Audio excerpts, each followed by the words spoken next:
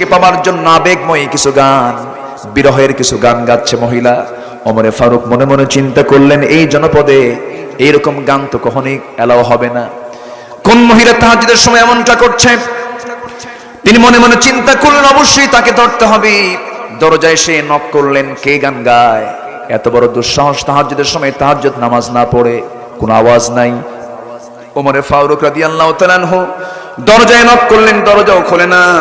ওমরে ফারুক রাদিয়াল্লাহু আনহু কিতাবের মধ্যে আসছে, ঘরটা ছিল খেজুর পাতার বানানো বেড়ার ঘর। পিছন দিকে আসলেন, আস্তে করে বেড়াটা টান মারলেন, ভিতরে ঢুকে পড়লেন। ভিতরে ঢুকেই দেখেন সামনে প্রদীপ জ্বালানো, একজন মহিলার সামনে মাথায় কাপড় দিয়ে দাঁড়ায় আছে। ওমরে ফারুক বলছেন, মহিলা তুমি কি একটু চিন্তাশীল হও না? এই জনপদে তুমি কেন বিরহের গান তুমি গাচ্ছ? গান তো মানুষকে মুনাফিক বানায় দেয়। আল গিনা ইয়ামবুতুন নিফাকা ফিল কলবি। তুমি কেন এই সমস্ত বিরহের গানগুলো গাচ্ছ? কারণটা কি? এবার মহিলা ওমরে ফারুককে চিনতে না পেরে বলতেছে, যুবক আমি তোমাকে চিনি না, তবে আমি গান গেয়েছি, মারাত্মক ভুল করেছি। একটা ভুল আমার হয়ে গেছে, আমাকে মাফ করে দিও। তবে আমি করলাম একটা ভুল, কিন্তু তুমি করেছো একাধিক ভুল, 4-5টা ভুল তুমি করে ফেলেছো। কি কি ভুল বলো? নাম্বার 1 হলো, তুমি জামার ঘরের মধ্যে ঢুকেছো, আমি তোমাকে পারমিশন দেই নাই। তুমি জামার ঘরের মধ্যে ঢুকেছো, সালামও তুমি দাও নাই। লা তাদখুলু বুয়ুতান গায়রা বুয়ুতিকুম হাত্তা তাস্তানিসু ওয়া তুসাল্লিমু আলা আহলিহা। সালাম দিলেন না, অনুমতিও নিলেন না। আপনি আমার ঘরে ঢুকবেন, দরজা দিয়ে ঢুকেন নাই, আপনি আমার বেড়া ভেঙেছেন, আমার ঘর নষ্ট হয়ে গেছে, বান্দার হক নষ্ট হয়ে গেছে। নাম্বার 4 হলো, আপনি একজন পরপুরুষ, আমি একজন পরনারী, আপনি আমার পর্দার খেলাফ করে ফেললেন, আমার কথার পর্দা নষ্ট হয়ে গেল। আপনি এই যে 4টা ভুলটা করেছেন, এই 4টা ভুলের জন্য আমি আপনাকে ছাড়বো না, আমি আপনাকে মাফ করব না। ওমরে ফারুক বলছেন, তুমি কি করবা বলো? সঙ্গে সঙ্গে বলছেন, ওই মহিলা বলতেছে, শুধু সকালবেলা হবে সূর্যোদয় হওয়ার সঙ্গে সঙ্গে। তুমি কি জানো এই জনপদের শ্রেষ্ঠ খলিফা হচ্ছেন ওমরে ফারুক রাদিয়াল্লাহু তাআলা আনহু, এই পৃথিবীর শ্রেষ্ঠ ন্যায় বিচারক হচ্ছেন তিনি, তার কাছে চলে যাব। আমি তোমার বিরুদ্ধে মানহানির মামলা দায়ের করবো, আমি তোমাকে ছাড়বো না। এত বড় দোষ তুমি করেছো, আমি তোমাকে ছাড়বো নাকি? ওমরে ফারুক সামনে দাঁড়ায়া তার সামনে ওমরের কথা বলে। এবার ওমরে ফারুক বলছেন, ও মহিলা, তুমি যে লোকটার নাম বলছো, তুমি তাকে চিনো নাকি? হ্যাঁ, আমি তার নাম শুনেছি অনেক। এবার তিনি বললেন, আমার জানা মতো ওমরে ফারুক তো লোকটা খুব একটা ভালো না, জুতের লোক না। নিজের কথাকে নিজে ভালো বলা যায় নাকি? ভালো বলা যায় না। এই কথা শোনার সঙ্গে সঙ্গে মহিলা চরম খেপে গিয়ে বলছে, দোষ তো 4টা না, দোষ আরেকটা যোগ হলো। তুমি কার বিরুদ্ধে কথা বলো? আমার জানা মতে ওমরে ফারুকের মতো ভালো মানুষ এই দুনিয়াতে দ্বিতীয়টা আর এই দুনিয়াতে নাই। জোরে বলি আল্লাহু আকবার। ওমরে ফারুকের চোখে পানি চলে এলো, মাথা নিচু করে আল্লাহকে লক্ষ্য করে বলছেন, আল্লাহ এই মহিলা আমাকে ভালো বলে, আল্লাহ তুমি আমাকে ভালো বলে দাও। আল্লাহ তুমি এই মহিলার দোয়াটা তুমি আল্লাহ কবুল করে নাও। তারা সার্টিফিকেট নিয়েছেন প্রকাশ্যে না গোপনে গোপনে, আর এখন সার্টিফিকেট নাই, প্রকাশ্যে গোপনে জোর কইরা। বলেন কি কইরা? জোর কইরা। প্রশংসা করতেই চায় না, জোর করে মুখ থেকে বের করায়, ঠিক কিনা? নাম নিতেই হবে, প্রশংসা করতেই হবে, নচেত। কি কথা কি বোঝা যায়? ওমরে ফারুক রাদিয়াল্লাহু তাআলা আনহু আড়ালে সমস্ত কিছু তিনি জানতে পারলেন। এবার মহিলাকে বলছেন, মহিলা শোনো, তুমি আমাকে ছাড়বা না নাকি? না, ছাড়বো না, অবশ্যই তোমাকে মুখোমুখি করবো, আমি বিচারের মুখোমুখি করব। ওমরে ফারুকের তো কোনো দোষ নেই, কারণ তিনি হলেন গোটা দেশের প্রধান। কোন আসামিকে খোঁজার জন্য তার পারমিশন লাগবে না, কোনো ঘরে ঢোকার জন্য কিছু অনুমতিও দরকার নাই, কারণ তিনি প্রশাসকের বড় প্রশাসক, তিনি অ্যাডমিনিস্ট্রেশনের, তিনি হেড অফ দি ডিপার্টমেন্ট। তিনি ঢুকতেই পারেন, কিন্তু মহিলা তো তাকে চেনে নাই। এবার ওমরে ফারুক বলছেন, শোনো, তুমি কি সত্যি মামলা দিবে নাকি? হ্যাঁ দেব। একটা কথা তোমাকে বলি। কি কথা বলেন? তুমি যে গুনগুন করে গান গাচ্ছ, তুমি কার জন্য গান গাও একটু বলো তো আমাকে। এবার মহিলা বলে, শোনেন, 4 মাস আগে আমার স্বামীর সঙ্গে বিয়ে হয়েছে। আমার স্বামী আমাকে রেখে চলে গেছেন মাত্র 3 দিন পর। বিয়ে হয়েছে মাত্র 3 দিন 3 রাত আমার কাছে ছিলেন। আমার স্বামীকে এই জনপদের খলিফা ওমরে ফারুকের লোকজন নিয়ে চলে গেল, সীমান্ত প্রহরায় নিয়োগ হলো। আজকে 4 মাস গত হতে চলে, আমার স্বামীর কোনো খবর আমার কানে কেউ দেয় নাই। আমার স্বামী বেঁচে আছেন না মারা গেছেন কেউ আমাকে বলেও না। রাতের বেলা ঘুম থেকে জাগা পেয়ে ওযু বানায় নামাজে দাঁড়াবো, এমন সময় স্বামীর প্রেম ভিতরে জেগে উঠছে। সেই বৈধ স্বামীকে পাওয়ার জন্য, বৈধ পুরুষকে পাওয়ার জন্য আমি রাতের বেলা বিরহের গান গুনগুন করে গাচ্ছিলাম। ওমরে ফারুক মনে মনে চিন্তা করে, হারে দোষ তো আরেকটা যোগ হলো। কি কথা কি বোঝা যায়? দোষ তো আরেকটা যোগ হয়ে গেল আমার। এখন কি করা যায়? মহিলাকে লক্ষ্য করে ওমর ফারুক বলছেন, শোনো, তুমি কি আমাকে মাফ করবা না? না, মাফ করবো না। ওমর ফারুক বলছেন, শোনো, যে স্বামীর জন্য তুমি বিরহের গান গুনগুন করে গাইলা, যে স্বামীকে পাওয়ার জন্য তোমার আকুল আবেদন, সেই স্বামীকে আগামীকালকে যদি সকাল বেলায় সূর্যোদয়ের সঙ্গে সঙ্গে যদি হাজির করে দেয়, তুমি কি মামলা দিবা না? কি মহিলা মুচকে হাসে। মহিলা বলে, কালকে সকাল কেন, সারাদিন সন্ধ্যা পর্যন্ত টাইম দিলাম জান। মানে আইন ঘুরে গেছে, মামলা কি হয়েছে? ঘুরে গেছে। আমার ভাইয়েরা, গোটা দুনিয়া যিনি চালান তিনি তো বোঝেন এই মহিলার রোগটা কোথায়, সমস্যা কোথায়। সমাধান হলেই তো সব ক্লিয়ার হয়ে যাবে। ওমর ফারুক নিজের বাড়িতে চলে আসলেন, বউয়ের সামনে দাঁড়িয়ে বলছেন, আমার স্ত্রী, একজন স্ত্রী তার স্বামীকে ছাড়া কদিন পর্যন্ত ধৈর্য ধারণ করতে পারে? সর্বোচ্চ 3 মাস পর্যন্ত তার স্ত্রী তাকে বললেন, ওই আয়াতের নিরিখে, ওয়াল মুতাল্লাকাতু তারাব্বাসনা বিআনফুসিহিন্না সালাসাতা কুরু, 3 মাস পর্যন্ত ধৈর্যের একটা বাঁধ থেকে যায়। এদিকে হয়ে গেছে 4 মাস। করলেন কি, চিফ ইন কমান্ডারকে ডাক দিলেন। চিফ ইন কমান্ডারকে ডাক দিয়ে বললেন, শোনো, আজকের থেকে সকল সৈনিকের 3 মাস পর পর সাধারণ ছুটি ঘোষণা, তারা যেন পরিবারের হকটা আদায় করে। আর অমক বেড়ায় অমক নামে একজন ব্যক্তি আছে, তার ছুটি মঞ্জুর করে দাও, সে তার বইয়ের হকটা আদায় করুক। জোরে বলি আল্লাহু আকবার।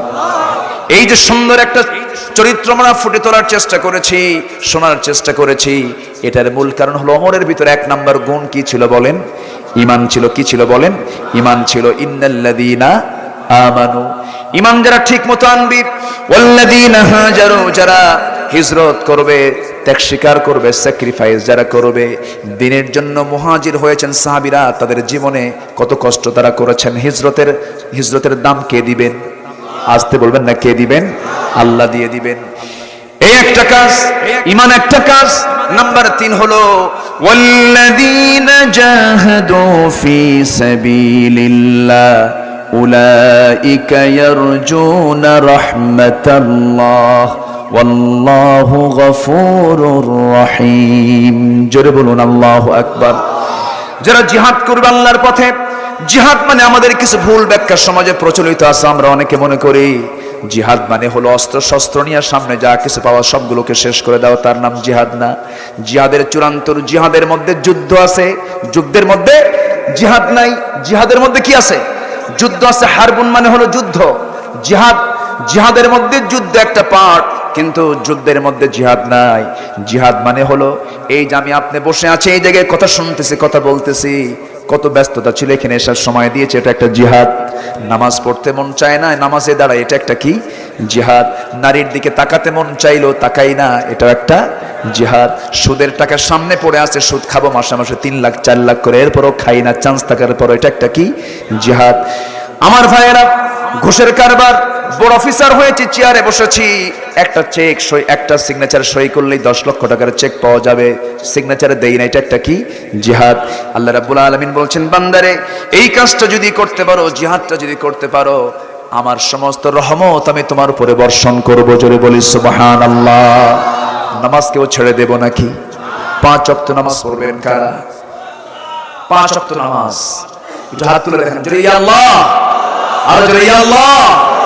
আমাদেরকে 5 ওয়াক্ত সালাত আদায় করার তৌফিক তুমি আল্লাহ দিয়া দাও। জোরে বলি আমিন, আরো জোরে আমিন, আরো জোরে আমিন। নামাজ কার হক? নামাজ কার হক? সবার আগে আমরা নামাজের জন্য যত্নবান হব। জোরে বলি ইনশাআল্লাহ, আর জোরে বলি ইনশাআল্লাহ। সাহাবীরা কত কষ্ট করে নামাজ পড়েছেন, গোটা বাড়ি মিলে একটা চাদর, গোটা বাড়ি মিলে কয়টা চাদর? স্বামী স্ত্রী, ঘর নাই, পাহাড়ি গুহার মধ্যে থাকেন।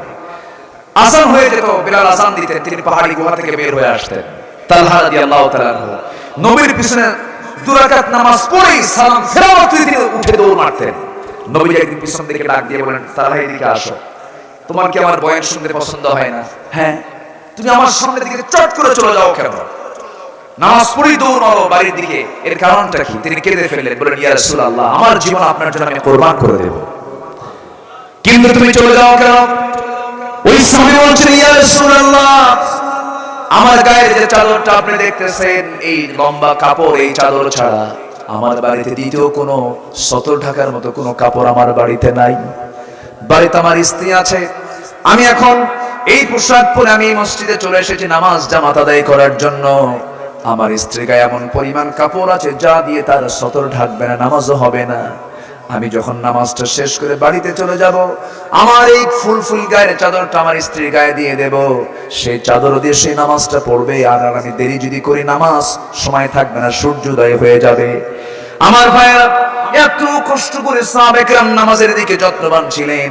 যেখানেই থাকি না কেন নামাজ আমরা কেউ ছেড়ে দেব না। নামাজ আগে না কাজ আগে? নামাজ আগে না কাজ আগে? আল্লাহ পাক আগে নামাজের কথা বলেছেন, ফাসাউ ইলা যিকরিল্লাহ নুদিয়া লিস-সালাহ। নামাজের জন্য যখন আহ্বান করা হয়, ব্যবসা বাণিজ্য বন্ধ করে দাও, যারুল বাইআ। আবার আরেক জায়গায় বলছেন আহাল্লাল্লাহুল বাইআ, আল্লাহ ব্যবসাকে হালাল করেছেন। আবার ব্যবসাকে ক্ষণিকের জন্য বলেছেন ব্যবসা থামায় দাও, নামাজে দাঁড়াও। কার কথা? নামাজ আমরা কেউ ছাড়বো? আল্লাহ তুমি সবাইকে নামাজি বানাও, জোরে বলি আমিন। মা বোনদেরকে পর্দায় থাকার তৌফিক দাও। চাচাতো বোন, চাচাতো ভাই, মামাতো ভাই, খালাতো ভাই, দুলা ভাই দেখা করা জায়েজ নাই। দুলা ভাইয়ের সঙ্গে হুন্ডাই চড়া শালি আছে না নাই? ফরিদপুরে আছে? আছে, ফরিদপুরে আছে। দুলা ভাইয়ের সঙ্গে হুন্ডাই চড়া যাবে? আসতে কোন কেন যাবে? দুলা ভাইয়ের পিছনে শালি চড়ে, বাপ কি করে? বাপ কি করে? বাপ বলে সর। খবরদার, এই সমস্ত নিকটতম আত্মীয় স্বজনদের সঙ্গে পর্দা করার দরকার আছে না নাই? আচ্ছা, ছেড়ে দিবেন না শালি দুলাভাইয়ের সামনে, জামাইয়ের হাতে নিজের মেয়েকে দিবেন না। নিজের যে বউ হয়েছে সে যাবে, নিজের শালি কখনো শালিকে দুলাভাইয়ের সঙ্গে দেওয়া যাবে না। হুন্ডার পিছনে শালি ওঠে, দুলাভাই হুন্ডা চালায়। শালি মনে করে দুলাভাই আমার, দুলাভাই বড় ভাই মানুষ, দূরে দূরেই বসি, হুন্ডার মাঝখানে একটু গ্যাপ রাখে, ফাঁকা রাখে, যেন দুলাভাইয়ের গায়ের সঙ্গে আমার গা যেন না লাগে। কিন্তু দুলাভাই কম না, সামনে কিছু দূর যাওয়ার পর এমন একটা ব্রেক মারে, এক ব্রেকে গ্যাপ পূরণ করে। আছে না নাই? এই সমস্ত নোংরামি গুলো আমরা পরিবারের যারা গার্জিয়ান আমরা লক্ষ্য করবো। আল্লাহ তুমি সবাইকে বোঝার তৌফিক দাও। বেড়া খেত খায়, বেড়া এলাকায় আছে নাকি? কথা, বেড়াই কিন্তু খেত খায়। অর্থাৎ নিকটতম লোকের দ্বারাই বেশি আক্রান্ত হয় নিকটতম মানুষগুলো। চাচাতো ভাইয়ের বাড়ি কি বেশি দূরে? চাচাতো ভাই তো কাছে। খালাতো ভাই শুধু খালার বাড়িতে যায়, খালি খালাকে সালাম দিবে, খালাম্মা আসসালামু আলাইকুম, খালাম্মা আসসালামু আলাইকুম। মানুষ খালাতো বোন একটা আছে। কি কথা কি বোঝা গেল? এগুলো গার্জিয়ানদেরকে বুঝতে হবে। আল্লাহ তুমি সবাইকে বোঝার তৌফিক দাও। জেনা মুক্ত সমাজ গড়বো আমরা, জোরে বলি ইনশাআল্লাহ। সমাজে জেনা থাকবে না বিয়ে থাকবে? মানে সমাজে জেনা থাকবে না বিয়ে থাকবে? যেখানে বিয়ে থাকবে সেখানে জেনা থাকতে পারে না। আল্লাহ পাক জেনাকে বন্ধ করার জন্য আল্লাহ বলছেন তুই 2টা কর, 3টা কর, 4টা কর, তবুও তুই অকাম করিস না। ঠিক কি না? হয়তো আমার ওয়াজ শুনে এখন মায়ের মনে মনে চিন্তা করে, হুজুর শেষে এসে এরকম পেঁচ লাগাই দিয়ে গেলেন। আপনার স্বামী যে বিয়ে ছাড়া আরেকটা পেঁচ লাগায়, ঠিক কি না? আপনার স্বামী যে বিয়ে ছাড়া আরেকটা পেঁচ লাগায়, আপনার স্বামীর ইমানই শেষ হয়ে গেল। অতএব ওই পেঁচ লাগানোর চাইতে আল্লাহর হুকুম মানাই ভালো, ঠিক কি না? আমার দাদাদের সময় বিয়েটা একাধিক ছিল না? এই আজ থেকে 20-30 বছর আগে মোটামুটি অনেক ফ্যামিলিতেই একাধিক বিয়ের একটা রসম ছিল। এখন কিন্তু আর বিয়ে করে না। বউ একটা সাইনবোর্ড দিয়া বলে তুই থাক, আমার 1000টা আছে। এরকম আছে না নাই? এই জন্য সমাজে রোগ কম না বেশি? রোগ বেশি। যেখানে পাপ বেশি সেখানে কি বেশি হবে? রোগ বেশি হবে। আল্লাহ তুমি বোঝার তৌফিক দাও।